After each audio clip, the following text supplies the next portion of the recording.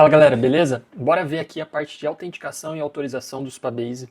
Vai ser muito legal de ver isso, por quê? Porque a gente vai utilizar isso nas nossas aplicações web. Então, uma habilidade aí, um skill muito importante. Então, primeiro, a gente vai vir aqui em autenticação, no menu lateral. A gente vai ver algumas coisas aqui já acontecendo. Primeiro, você vai ver que tem uma tabela de users, tá?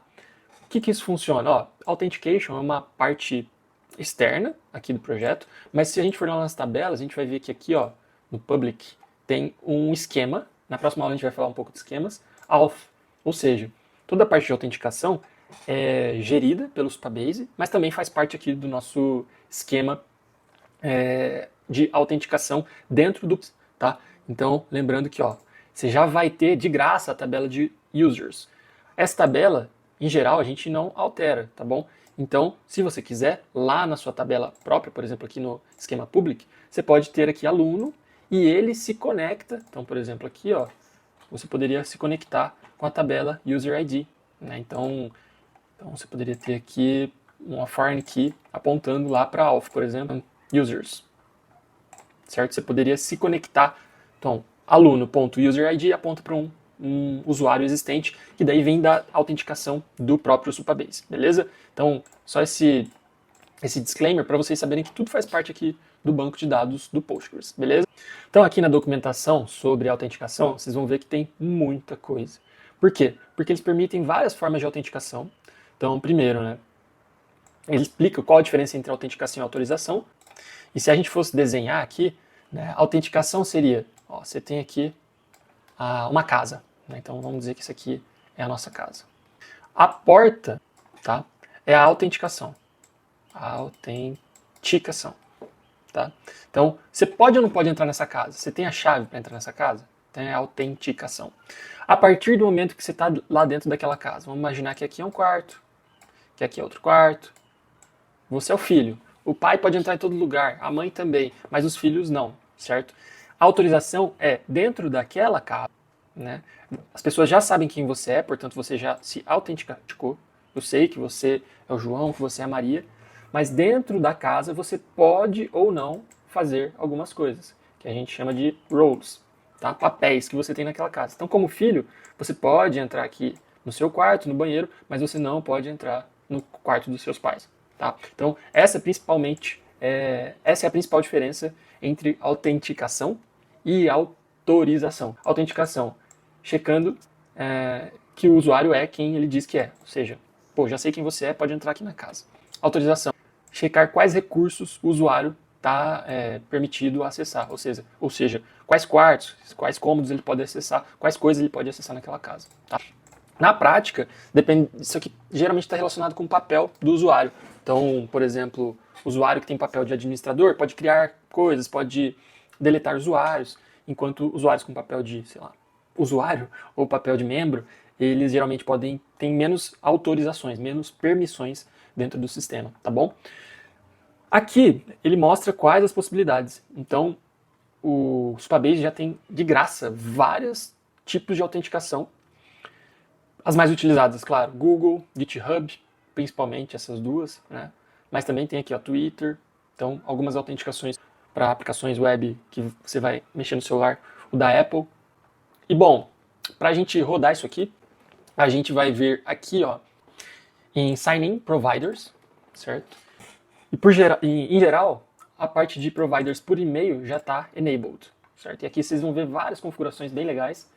Uma delas é confirmar e-mail. Então o próprio Supabase já envia o e-mail para o usuário confirmando que ele é ele mesmo, ou seja, já é uma dupla validação, né? Para que eu, por exemplo, não utilize o e-mail de alguém que não sou eu. Se a gente tem a confirmação, então eu vou ter que ter acesso àquele e-mail, ou seja, eu sou de fato o dono daquele e-mail. Então aqui várias configurações, então tamanho de password, requirements, se eles precisam de letras e dígitos, enfim, tudo aquilo que vocês já conhecem. Se eu não me engano, aqui também tem a parte dos templates de e-mails. Vamos ver se eu consigo achar.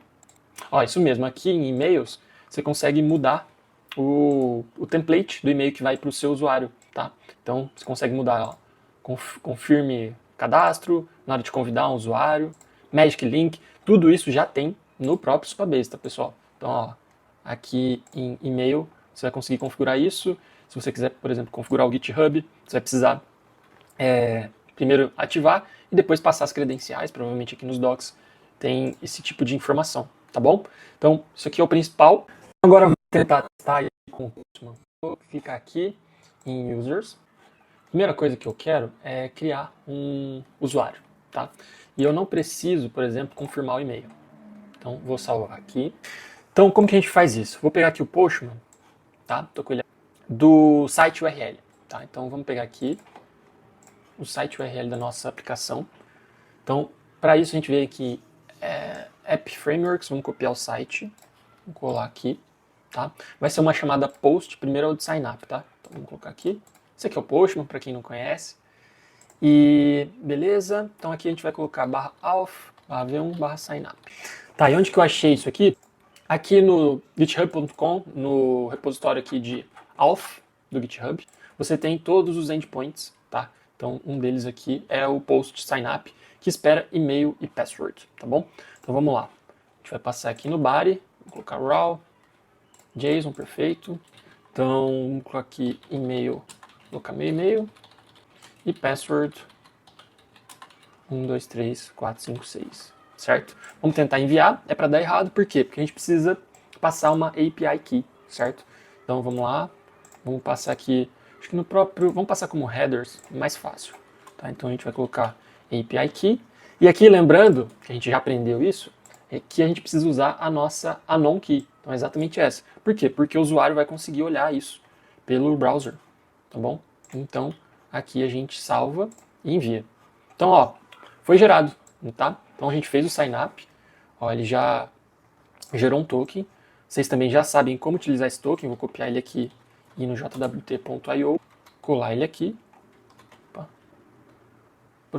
Tá, válido, jwt válido. Então aqui, ó, e-mail, tá? Qual que é a data de expiração disso aqui? Ó, 21 de julho, 18h45, daqui uma hora.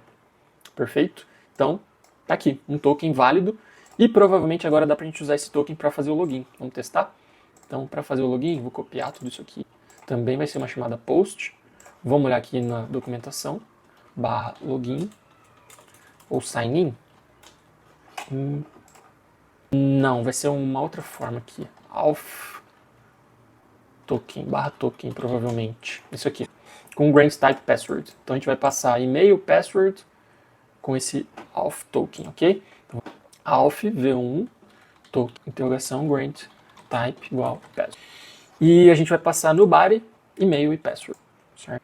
Então lembrando que na hora que o usuário cadastra, ele já deu um token, certo? Então isso aqui é para dar errado, porque esse e-mail não existe na nossa base. Provavelmente vai dar o API key aqui também, headers API key. Copiamos, API key, colamos. Agora sim, ainda erro, mas o erro que a gente esperava, invalid credentials.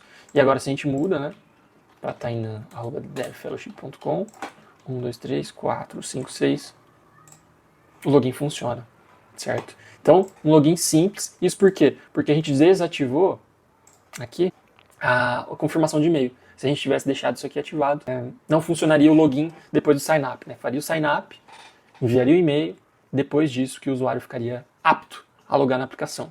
Então isso aqui é simples, né? Claro que quando a gente for mexer com uma aplicação JavaScript, já tem bibliotecas, como eu falei, né? Então, por exemplo, aqui em Connect, App Frameworks, vamos mexer, por exemplo, em React. Simples aqui, né?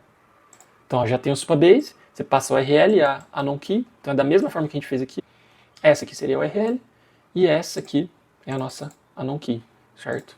E Create Client, a partir do momento que está no Create Client, você já consegue começar a consumir dados de lá, beleza? Que é a próxima aula a gente vai mexer um pouco nisso.